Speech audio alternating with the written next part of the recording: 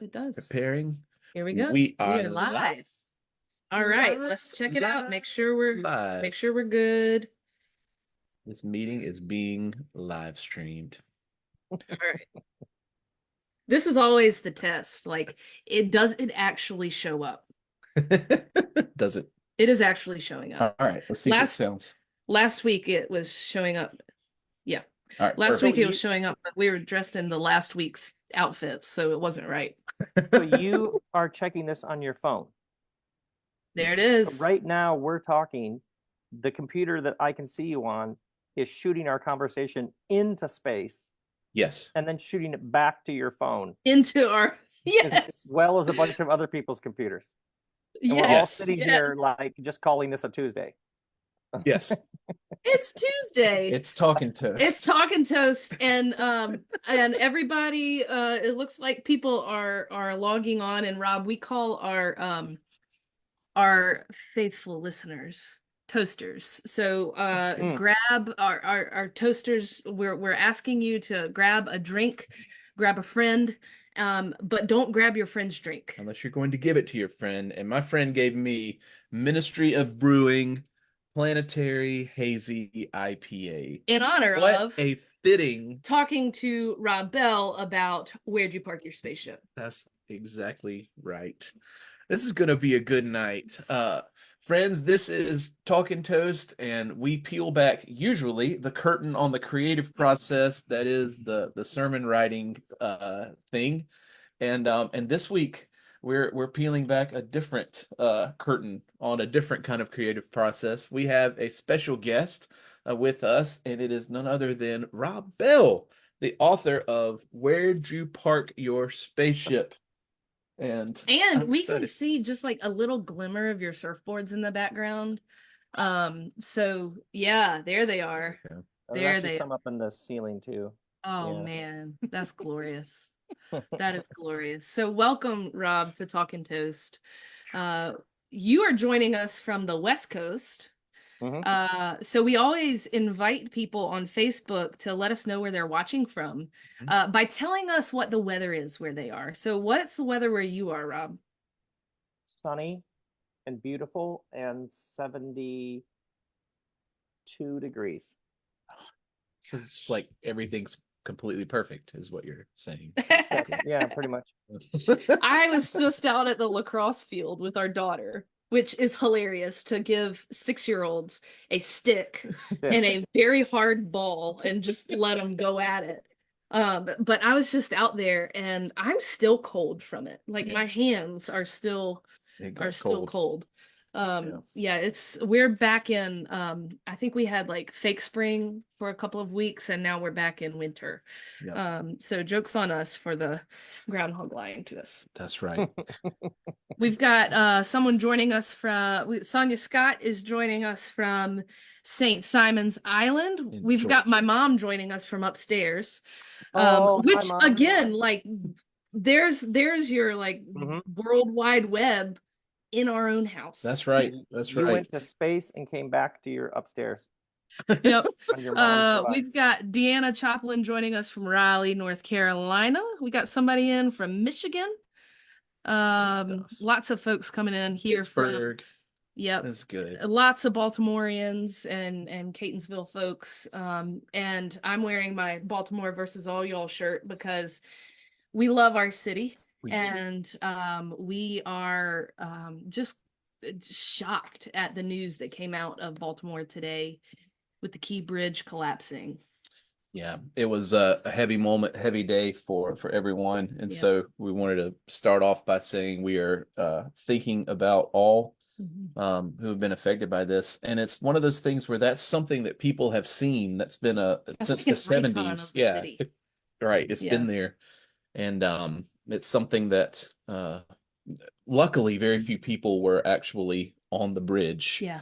But still, it's a weird feeling seeing something like that fall. So. But here's the thing. I see every day, I see the best of who Baltimore is. I get to work with people who are literally changing the world, who are in the schools, who are doing community health work, doing big public health projects. And this city has gotten through a lot. And I'm not gonna like give some false sense of hope. Like this sucks today and it's gonna suck tomorrow. Mhm. And we can hold at the same time the fact that this city is a resilient city. Yeah. Absolutely. And we're made of something different here in Baltimore. There you go. Yeah. There you go. Yeah.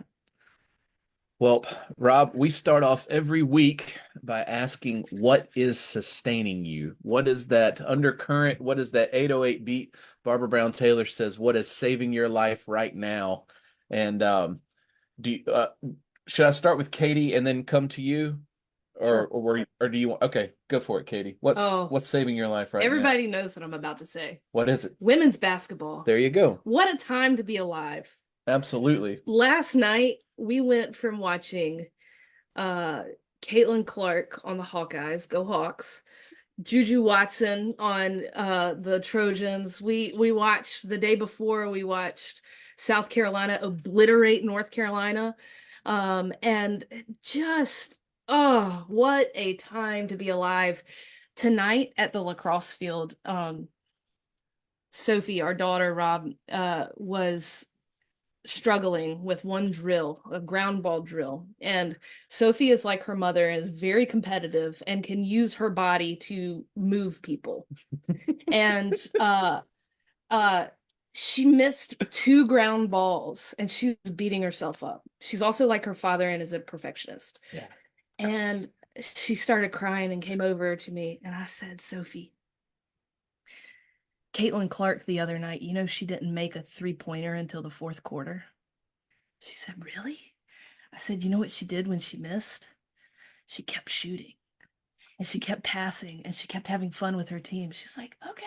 And she like went out there and did the drill. Anyway, like what a time to be alive that we've got Caitlin Clark and we've got Juju Watkins and we've got all of these people to like our little girls and little boys are getting such a great experience to get to see this. Absolutely. Absolutely. Rob, what's your 808 beat? What's Fantastic. saving your life right now? One of my boys is a musician and he writes lots of music and he's in the studio right now and he sends me like these files of new tunes and just like sketches of stuff he's working on. So he'll just send it sometimes with nothing. It'll just be a file. And it's like he just gives me like a, and it's like, I don't know if you can just, and like it'll be just a groove or it'll be a sketch or it'll be a whole song. And I'll just drive around in my car listening to it. And then it'll sound way different months from now when it's released. Mhm. But just the fact that he shows me stuff and it's like earliest embryonic stage. So this one beat here doesn't have any lyrics. It's just a groove and it sounds like him. And I was just driving today listening to it. Just serious dad smiles. Windows down, dad smiles. That's awesome. There's something so vulnerable there and like he's letting you into that Yes. place. Yeah. Oh, how Mhm. beautiful. Mhm. You make people and then those people make things. And Oh. You make the they make a life and it's yeah. Mm, What else is there? That's so good. Beautiful. What's sustaining you?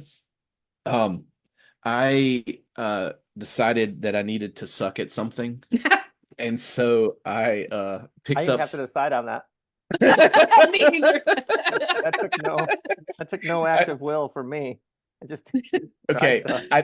I needed to be okay at sucking at something. Oh, And so I picked up a banjo.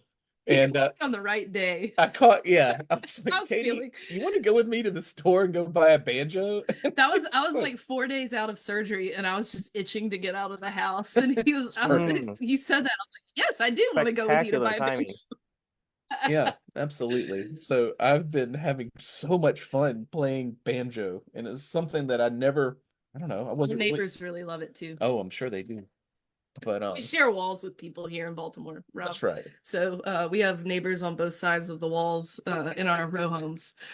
Yeah, Yeah. that's good. That's good. So yeah, that's saving my life right now. Oh, And so good. and basketball in general. Yeah. Oh, And man. baseball. I've Man. been watching college baseball a good bit and Yeah. having fun. What a time. What a time. Deanna Choplin reminded us that what's sustaining her is that both the NC State women and men are in the Sweet 16. They are. They are. Nice. So, yeah. We've got 4 ACC teams in the men's side, which is kind of fun. Yeah. Kind of fun. So, unfortunately or fortunately, depending on your perspective, sometimes we devolve or evolve into into sports talk radio, but It does. it's awesome. March and that's what happens. I So love it. yeah, it's what happens. All right, so I want to jump into our questions Let's jump. because this what a privilege it is for us to have you, Rob. And as kind of in the spirit of Talking Toast with the way that we pull back the curtain on the creative process, we want to ask you some questions about your creative process. We also have some like plotty type, like what were you thinking about here questions, but we'll get to those. But one of the things that I've come across as a writer that I think we've both come across as creatives is that when you're creating something, you kind of have to give yourself over to it and decide like, okay, this is a thing and we're gonna follow it. And so you go from like writing nonfiction, spiritual memoir-ish type things to writing this spaceship book with Bread and Dill Tud wearing outfits of single colors, which I wish I could do. But I'm curious about like your process of giving yourself over to this story that followed after you had this dream where the phrase of the spaceship came to, where'd you park your spaceship, came to you. Yeah, my other books were written each day for a couple hours in the morning. That's about as long as I could sit there and type. And then it was like, okay, now can I go out and play? Can I go do other things? There's something about this story in the middle of the night, somewhere between wide awake and fast asleep, some sort of lucid state. All of a sudden, this image of this guy asking this guy, where'd you park your spaceship? And I jotted some notes about it in the clothes closet where you have that pad of paper, like don't forget the bread, or don't forget the milk, like that little to-do list. And I was like, what's the guy's name? King Gruberis. What's the other guy's name? Dill Tud. Well, how does he feel about this question? He does not like this question. Really? I was very intrigued.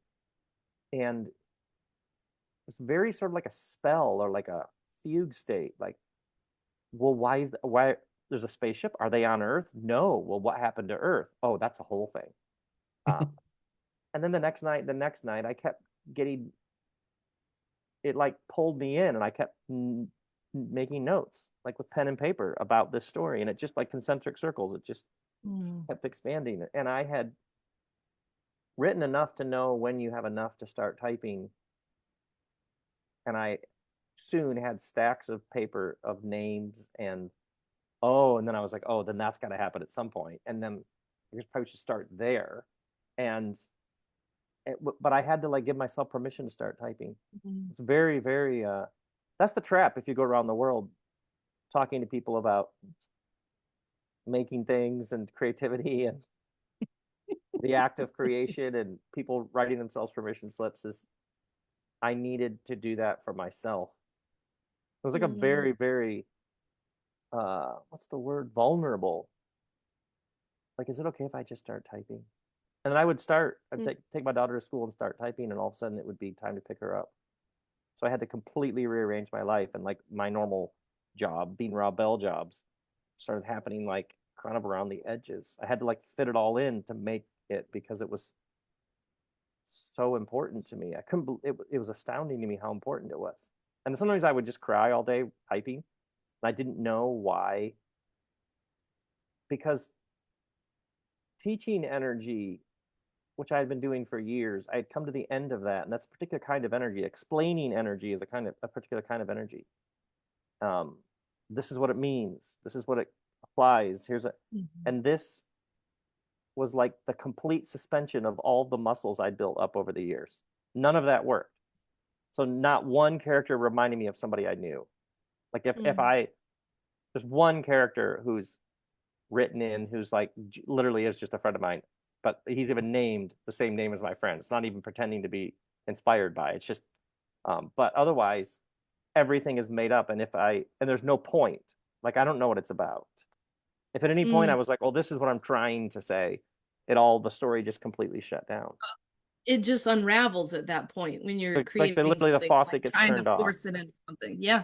Yeah. So also, because I had been with New York publishers for whatever, 11 or 12 books. So what had happened to me is the book writing process isn't just the book itself, it's the subtitle and the title and the promotion of it and the back book cover and the social media. Like it's a 2 or 3 year process. And so it isn't just you're typing a sentence, but there are 17 other steps that you're going to need to. And there was something about this where I knew if I took this to a publisher, they'd be like, here's my new book. It's a 550-page book on spaceships. I knew they'd be like, we were kind of hoping for a Rob Bell book. And then I'd be like, but this is a Rob Bell book. I happen to be Rob Bell. So what was interesting about it is right away, I was like, nobody's going to want to publish this. So it oddly freed me at some deep level. It also was like, kind of how you paid your bills for 15 years isn't going to be there. Yeah. It demanded like a purity and innocence and fidelity to the art, because it was like, no one may read this ever. It may sit in your computer forever. You may make no money. You may lose money. You may have to do this and then come up with some other way to pay the bills so that you can because it mattered so much to me for some reason. So it just turned everything upside down. Yeah. In the best possible way. It sounds like it's one of those things that if you didn't get out, you would just burn up. I'm still recovering. It would just burn you up. And then I showed the first draft to a couple friends, and one friend said, basically, he was like, this is what it's like to be your friend. Like, this is you. The other stuff was nice, but this is you. Yeah. So the thing that I was feeling, people that I really trust were like, yeah, this, oddly enough, this is like kind of, so it felt like everything had been a warm up. So yeah, I'm still it turned everything upside down. It did. It was the first thing I ever made. Oh, and then part of it is also, I would have put out a book, and then for a month you go on tour. I'd go on tour and do like interviews and all that stuff. But this was the first, and then on to the next thing. This was the first thing where I was like, I could talk about these characters and talk to people about their experience of these characters, because I experienced it. I'd like to talk to other people about their experience of it. It was the first thing where I was like, I could talk about this forever. And then once I was like, oh wait, it's book 1. Oh, you're right, because book 2 we have to do this. And book 4 is going to need to be. So it was like, oh, can I just do this? It was very, very strange. Honestly, it was very, very disruptive and bewildering to be like, oh my God, I could just do this. I literally found myself like a 8-year-old boy. I said, can I just do this, please? I didn't even know who I was asking. I was just like, can I just make this world? And then I pictured like a Dill Tud tote bag, and I pictured a Piddle. I was like, and then we just released the brown ball poster that you can get at my site. So like, I just pictured like a whole world. And then like when his friend Nord writes that play, What's a Nucka? I published that. I wrote that play and published it, and that's premiering in Texas this summer at a theater. Like, it just kept becoming like a whole world that delighted me to no end. Who knew? Who knows? I mean, to everybody listening, you have no idea what's going to come around the corner in your life. You have no idea. Yeah, and I just love, I think in certain communities, and let's be honest and say like certain very toxic communities, they tell you just deny yourself, deny yourself, deny yourself, deny yourself. And you think, you know, the message is you go this way and there is one way, and following your pleasure, your delight is not that way. But there's something so beautiful, and I would say deeply, I don't know what the word I'm looking for here, like just like deeply profound and human about following your delight. Yes, Um, and it is the, I think, the most essential thing in our lives to follow delight. absolutely. And you are Uh, correct. There are lots of communities, specifically religious communities, in which yes. denial of your deepest self, overriding and repressing of your own deep knowing is seen as the highest value when it is in fact anti-human in its fundamental orientation. It Yes. cuts you off from your deepest self and then somehow holds that up as somehow a higher standard. And it talks about sacrifice and taking up it Yeah. bastardizes a number of these things somehow in the service of some larger thing, and it's awful and it wrecks people. Creates its own arrangements. Yeah, it's awful. Yeah. Mhm. Yeah. Whenever you've talked Look at about, John's face. John is pondering, right? Look at him. oh man, He's pondering. Look I've at that been guy's deep in pondering thought this face. entire Look at time. that. He's Yeah, got arms yeah, folded. He's ready to go. yeah, yeah. Okay, John, let's set it out. Get it out, babe. With the characters that you've talked about, this being such a deeply kind of emotive book for you, and then listening to the audiobook, we've had a couple people respond on here and say we're so glad that you did the audible Mhm. thing, and I'm glad for that too, and leaving the tears in. That was a great podcast, but that was wonderful. I'm wondering, both in those kind of emotive moments and then in writing these characters, what did they teach you about you? What did they teach you as you're going on this process of becoming more deeply human? What did your characters teach you? It's weird because they don't owe me. They bring me such delight. Uh-huh. I don't have any sense that they owe me anything or that they're even.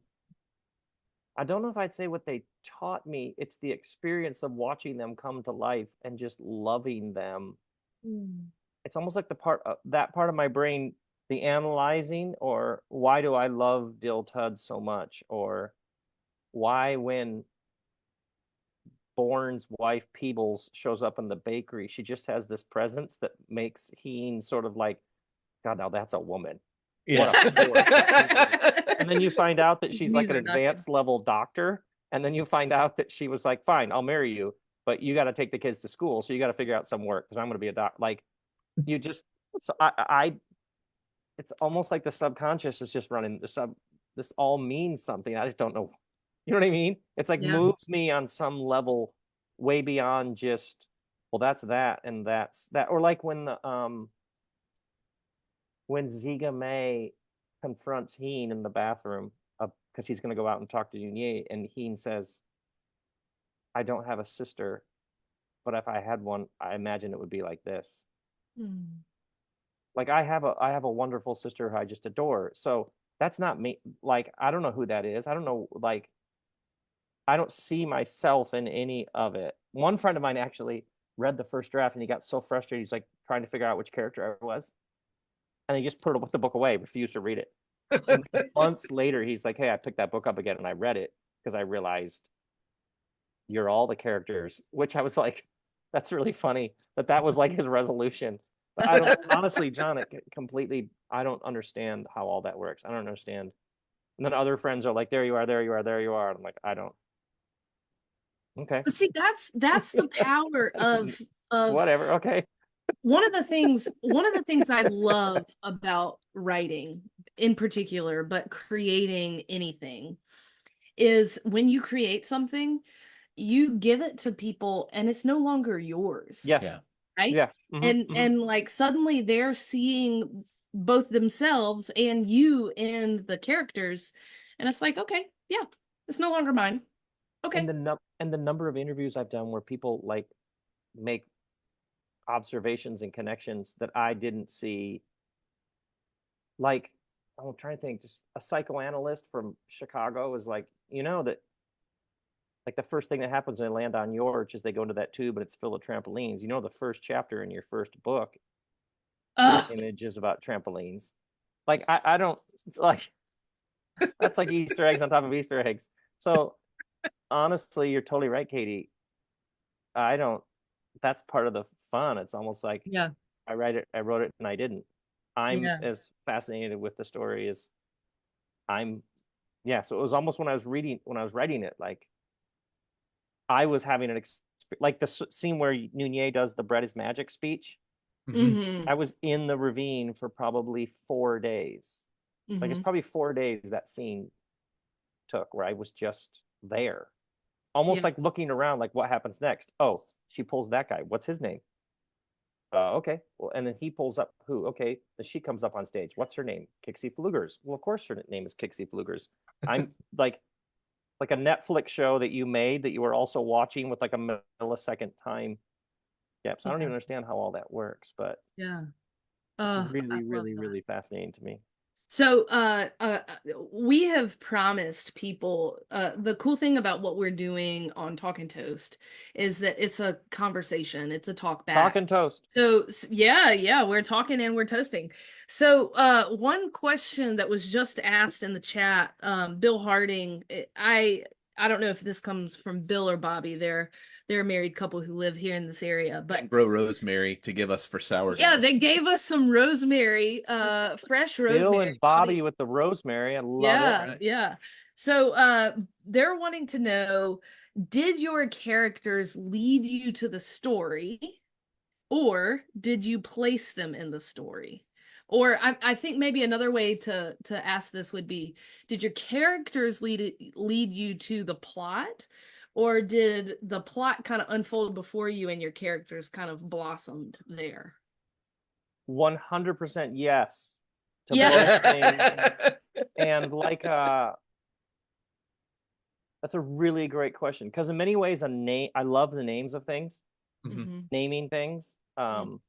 I love making up names. I love how names sound. I'll make up a name and then I'll type it a bunch of different ways just until I think it looks right on the page with the spelling. So, but somehow the name is actually the way in. It often. The name somehow helps. It's like almost helps me find the soul of the character. And there are things happening in the plot, and they're both talking to each other, the characters and the story. And then there'll be beats like, oh, I know that's going to happen up ahead. I don't know it's 100 pages away, 20 pages away, or 200 pages away, but that'll be a moment. So there are loose, yeah, that's going to happen. But then how we get there and who is there when we get there. And like when he sees Diltud and Diltud is him, and he's trying to figure out how to like, oh, I could like sneak up and surprise him and make him laugh, and all of a sudden Diltud spots him and just yells, "Keen, you bare knuckle brawler." I don't know where that comes from. I don't know in that moment I don't know until that moment what Diltud's going to shout. And then he shouts, "Keen, you bare knuckle brawler." So I'm laughing at the surprise that that's what he says. So that's Bill and Bobby. That's a wonderful question. And it is some sort of symbiotic dance between those two that's always happening. And the moment you're over in plot, you're like, but who is it? Well, what would they say? And the moment you're here with what would they say? Well, that then means something's going to happen. So it's just endlessly moving. You're just endlessly moving around in both of those. Yeah. I never thought about that way. That's a great question. It helps me. But that's such an interesting, I think that reveals a lot about our human journeys, right? That like as we delve deeper into ourselves, it sheds light on the plot that is unfolding around us. Yep. And as we lean deeper into that plot that is unfolding, we learn more and become more truly ourselves. And I think there's something beautiful about that this creative process, this but in particular, like what literature does for us is Yeah. it shows us that mirror we need to see, There you go. you know? Yeah. Because it's really interesting you say that, because two friends of mine that are in the publishing industry who I have great love and respect for read an early draft of the book. And they both had this one note, which is the action, in terms of like a classic novel, the action doesn't really happen till Nunez shows up. That's when the thing kicks in gear. Sure. Yeah. So like think about like Mission Impossible, the movie opens and Philip Seymour Hoffman is torturing Tom Cruise. And you're like, what's going, you're like, how many movies open with a scene completely out of context? You're completely bewildered. Then it goes to the credits, name of the movie. And then for the next 2 hours, the whole movie goes forward in time in order to get you to that moment that the movie opened with. So now we know why Tom Cruise is in a chair being tortured by Philip Seymour Hoffman. And these two friends, independently, not talking to each other, said, it's almost like, man, you got to open with some action or something to pull your reader in, like Nunez showing up, and we're sort of like, what's going on here? And then maybe you go back a little bit. And I sat with that note for a while, which goes back to Bill and Bobby's question about characters and plot. And I just kept getting, no, this is not plot pyrotechnics. I kept thinking, no, you meet this guy when he's a kid, and he's highly impressionable, and he has these things that have happened in his family and his life, and he's been shaped by these voices, and you go with him for like decades, and you like go on a ride. And I just got, no, this is going to take a while. And by the time she shows up in his room, we'll all feel, we will feel it. We will feel it. But I remember, like you're saying about the creative process, sitting with that note, and I just kept sinking into my own deep knowing, no, I'm not writing that. My interest isn't to hook you with some wild action plot. There's something else that I'm doing here that's something about being numb. It only works if you actually go all the way into the heart of just how numb this lovely man he has become. And I remember thinking, it's got to happen over like decades. How do you even, I've never read a book on writing novels. I've never gone to a seminar. Yeah. Never YouTube. I don't know any, but it was just like, that's what I'm trying to do. Yeah. Oh, good question. That's good. Yeah. I think we need to jump to that one. I think we do too. This one. Absolutely. No, this one right This here. one. Oh, that one. You need to do that one? No, yeah. Yeah. You Okay. go ahead. I was Okay. thinking that one too. I think, thank you. I think that's a good idea. So the question, this is one of Katie's questions that she wants me to ask. Heen goes from being isolated by community after Goja's death. He's isolated by his own crowd, his own brother, right? And then to being healed in community, in a different kind of community. So what is it that makes a community isolating? And then what is it that makes Furtis healing? And where are some places where you have found healing? And why is it your surfboard? Well, I loved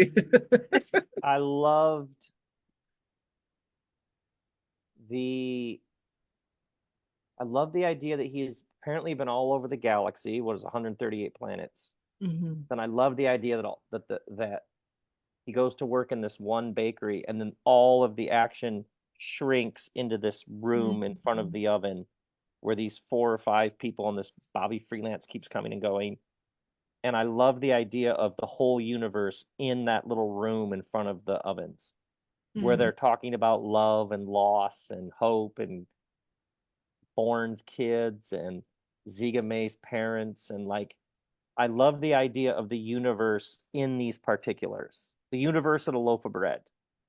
That the whole story goes from he's been all over, and now it's just dense, tight space. Like when Bournes does the speech about has Philippe died yet? He must Right. die to all possible. Like there's something about he's like saying the infinite mysterious love that undergirds and flows through all is actually present right here with these few people. I love that. And then I just love the idea, the possibility or the question. Wait. Keen keeps telling you what is it about Furtus, but we don't know. He may have been in 138 bakeries in a row that had just as lovely humans. So like, why do we as humans like think back on the moments when you feel like you woke up in a new way or you took a leap forward? Um, and we could say, well, it was because I went to that setting or because I interacted with that person or because I was in that pain. But it's human consciousness is a great mystery why we all of a sudden wake up in certain ways at certain times.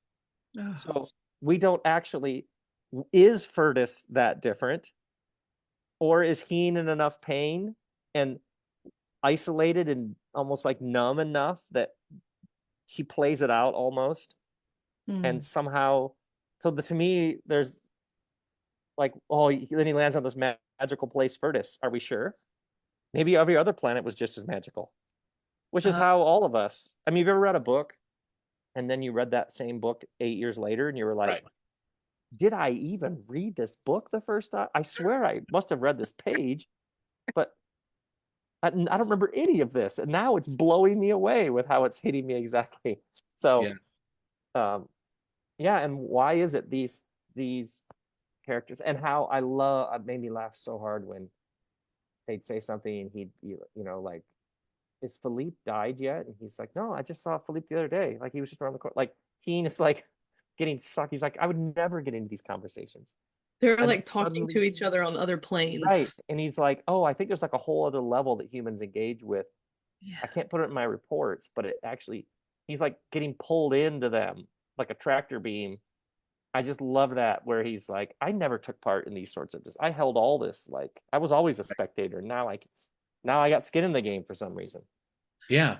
And he begins to notice the things that he's not paid to notice. Right. Which is so fascinating to me. This idea that like his job is to notice. Yes. And then it's only when he's noticing the things that are not allowed to be noticed that he is transformed and goes through Right. his own Right. process of like finding his truest self. And so he becomes I love this. I'm a big Mary Oliver fan. And Mary Oliver is like the patron saint of paying attention. And and Mm. and so I love this idea of him getting deeper into his noticing and simultaneously or perhaps as a result becoming more intertwined with his surroundings.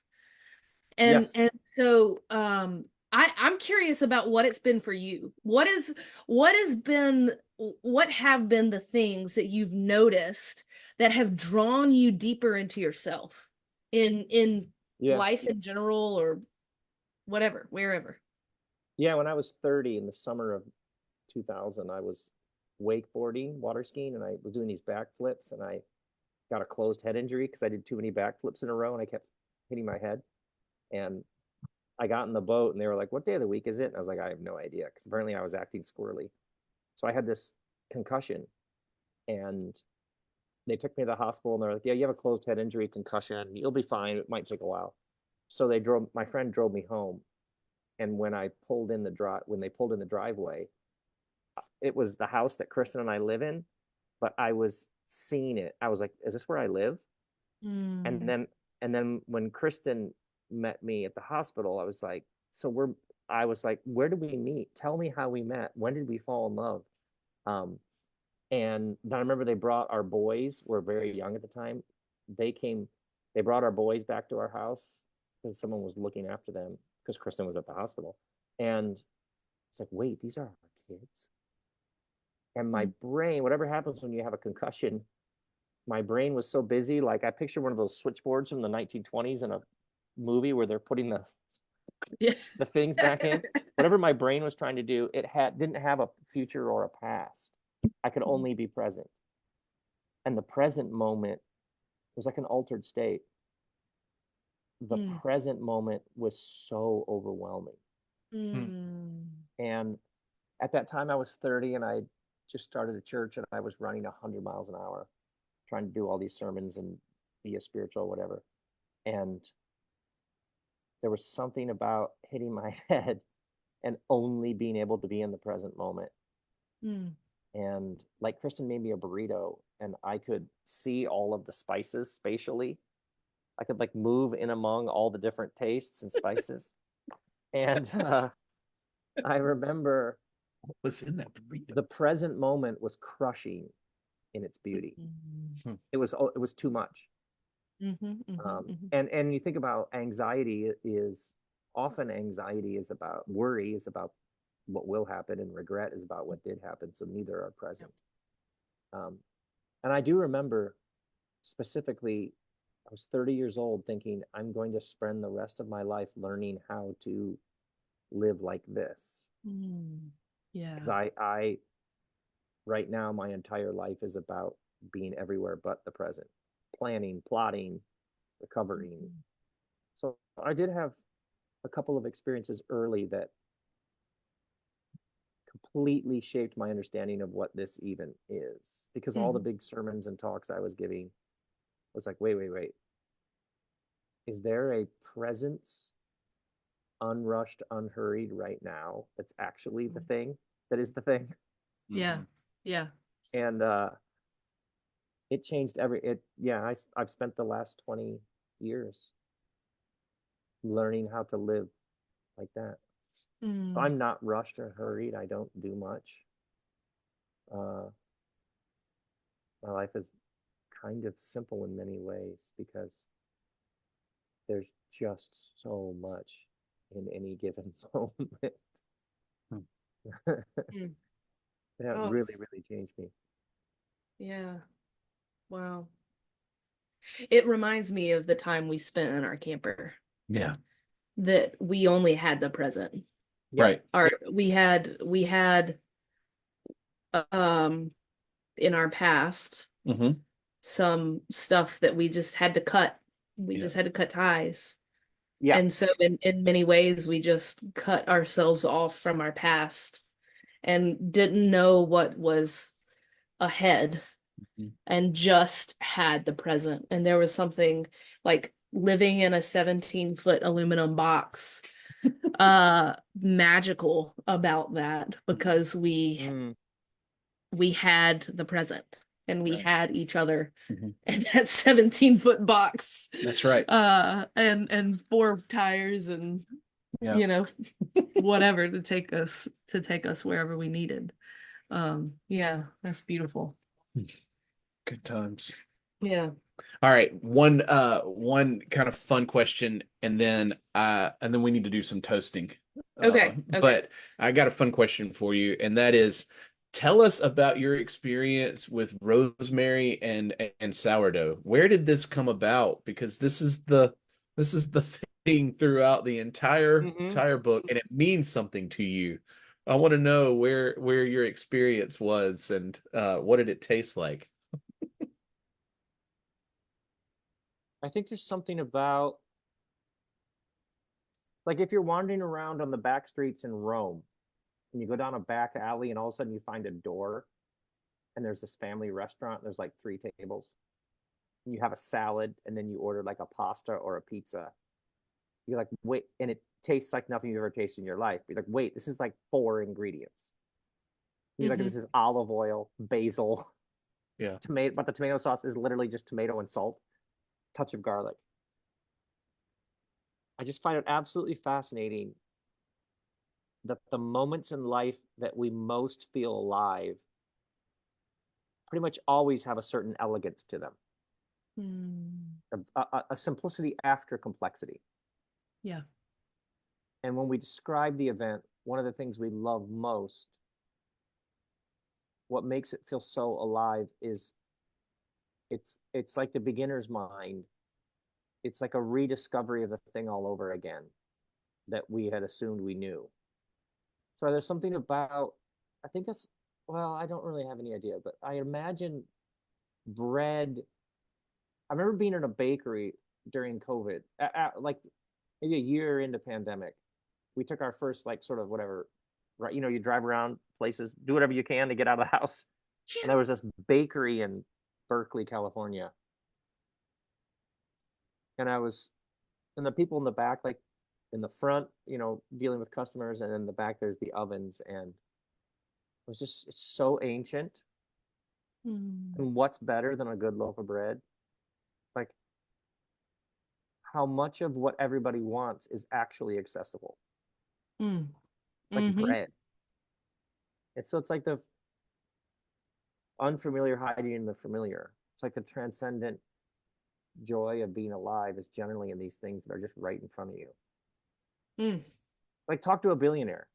It's Yeah. miserable. Like everybody you meet is trying to get money from you. Like nobody I know who has bonkers amount of money is like, yeah, it's pretty sweet. They're all like, it's the worst to a person. Like the thing that everybody thinks, oh, that would be nice. No, you don't. No, you actually want a life of several elegant experiences. Mhm. That's it. You, family, couple friends, some new, you know what I mean? Yeah, I think that's the allure. We were talking about the Appalachian Trail Yes. before we came on. That's the allure. It's that like deep simplicity that is Yes. also so profound and complex. Yeah. Walking That with your you food and your housing on your back. Yeah, and a shovel to dig latrines. Yes. Yeah. Like So people they- do that. So people do that, and then they come back and go, "It was the most extraordinary experience of my life." Exactly. yeah. Yeah. Yeah. Yeah. And So meanwhile, they're like hunched over and they can't stand up because their back is hurting. But then there's this great, oh my gosh. Okay. So the Appalachian Trail starts at Springer Mountain in Georgia. And about 10 to 15 miles in is a mountain, Blood Mountain. And there's a really scary documentary on Netflix about a Blood Mountain murder. Don't watch it if you want to go camping there.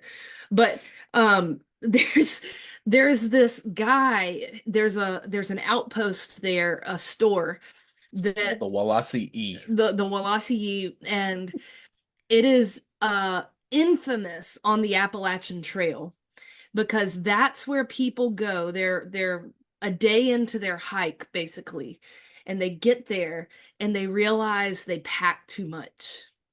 And so there's this one guy there who is infamous for helping people figure out what they don't need. How to lighten the load. I love that so much. Yeah. That That's we all There you need go. that person. There you go. There you go. Maybe Dill Tudd is that person. So yeah, going back to your question, John, that is a great story. Wow. So go back to your question, John. I kind of could tell you why bread's in it, and I also couldn't. There's just something about spaceships. What's the thing of the future? Spaceship. This high, like advanced technology Right. spaceship. And then I love the idea there's no cars or phones. So it's a world with no cars or phones.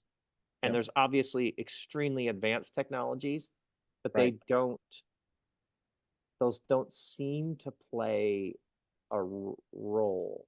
Mm-hmm. They actually seem to have, the future seems quite ancient. Yes.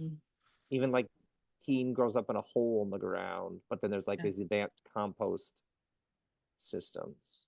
Yeah. That's Yeah, so- fascinating. Yeah. And then bread, and then they bake bread, which they've been doing for thousands of years, but somehow in the future, like what can be like, what do you think we could top that? What? Are you crazy?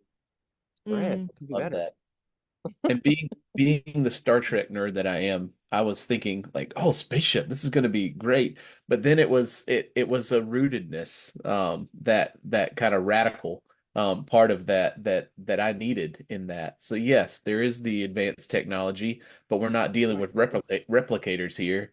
We're baking old school in Whatever the breakthroughs exactly would be, it would still be humans. exactly. Whatever Yeah. fancy toys they had, Yeah. they would still just have to handle them like fire, and Yep. telephones and airplanes, and it would still all be the same human stuff. To me, this book is kind of a love letter to community. And I think that's I think as we talk about uh technology, the thing that I struggle with technology is the way that it disconnects us, right? And in many situations it disconnects us. And so, but what you see in this book is that yes, they're highly advanced, but they're also deeply connected. They don't let that technology get in the way of the connections, at least on Furtis. Yeah. I And like that caveat. yeah, Yeah. uh, Yeah. I think about Anne Patchett, who talks about in her writing that she always tries to get rid of the cell phones Yes. because it like totally screws everything up plot Mhm. wise, but also like it just disconnects your characters and it disconnects us because Yes. this whole thing is like just a big mirror, right? And if you're walking, and just walking alone means you meet people. Walking Yeah. alone means you don't have to then do CrossFit. like you know Yeah. what I mean? Like walk if you walk, you're in great shape, period. People who walk a lot are fine. We know that now. We've Yeah. always known that, but we really know that. And of course you end up talking to people. And of course you see things that you can't see if you're in a moving vehicle. And so if you just do that, if you just have people walk, life becomes totally different. Just that one thing. Just remove, that's like you remove one thing and you have a completely different world, which I think is really interesting. Like you pick one invention and then remove it and do that exercise, and you're like, well, what would people do if they didn't have this? Just pick one invention and you instantly have a different world, which is super interesting. Yeah. How about Yeah. that? Yeah. Just thinking about like the dude at the Wallacee like taking stuff out of the backpacks. You know, like That is, oh, can you imagine like a film on that guy? oh Oh man. yeah. Yeah. Super interesting. Yeah. There was this one time we were hiking that stretch. The two of us were hiking that stretch right in between the start of the AT and the Wallacee where people get their bags stripped. And we met this couple and it was like right around the season when when through hikers were starting. Through meaning going all the way through. Yeah. Yeah. But I'm about to say through in another way because we asked this couple, they had it was a man and a woman and they were younger than us, but they had the woman had this rainbow alpaca on top of her pack, like stuffed animal. Like 2 feet tall. Very tall. Huge alpaca. Kind of She was- absurd. She was gonna hike the whole AT with this alpaca. And we were talking to them and we were like, oh, you out here like for a couple of days or whatever? Because he's like, you don't carry that on That's on just gonna kill you, that little bit of Right. extra weight. Yep. Right. And so they said, no, we're through hiking. It was all I could do not to be able to respond. Yeah, you're gonna be through hiking pretty soon. Like, you're not gonna- she said, oh, are you talking about my alpaca? She said, it's a creature comfort. Like, all right. I just the thought heck? that dude at the Wallacee is gonna have a hell of a time with Right. with that Right, little right, creature right. comfort. Yeah. Oh man. man, this has been good. This has been good. Rob, thank you so much for giving Mhm. us time I and loved it. sharing your book with us and everything. And what a gift this book is. Absolutely. Absolutely. Oh, that's So if very you're kind of you. watching at the end of it and you have not picked it up yet, the most life-giving process I went through with this book was buying it and then reading it while listening to you read it. And there was something On like a train on a train. where we were stuck for 3 hours. Yeah, we It sat was- there for 3 hours. It was a 15-hour train ride. Right. And so Whoa. it's just, yeah, you and I spent a lot of time together on that train ride. And I really Whoa. appreciate it. Yeah. Anyway, That was great. Yeah. So Stuff. Well, we end. Sorry, thank Rob. you for having me. It's great. Oh, That's thank good. you. Thank So you. we end our time with a toast. Katie, will you start us off? I'll start us off, and Rob, you are more than welcome to join Good. in on the toast. Mm-hmm, Friends, go from this place, your place, wherever that is, and remember the guy who strips down the backpacks that we are often carrying around more than what we need. That's right. And may you, as you go, may you continue to notice and then notice the things that get you in trouble because they don't fit within what's supposed to be noticed. Rob? May you pull a Caitlin Clark and just keep shooting. Oh, Absolutely. yes. Absolutely. Cheers. Cheers. Cheers. That's awesome. All right, peoples. All right. Good stuff. See you down the road or on the trail. All right. Sounds good. Sounds good. Thank you. Bye-bye. Take Bye-bye. care. All right. Well, I think we're still live. And if you're watching right now, thank you so much for joining us on Talking Toes. That was really, really life-giving. And yeah. So friends, share this and maybe it'll be life-giving for somebody else. And yeah, thank you for joining us on this journey. Thank you for your questions. And we're sorry we couldn't get to all of them. We had like a whole page. We asked 3 of the ones that we had. But yeah, that was really, really great. And so yeah, we'll figure out how to turn it off and we'll see you down the road next time. All Cheers, right. everybody. Goodbye, everybody.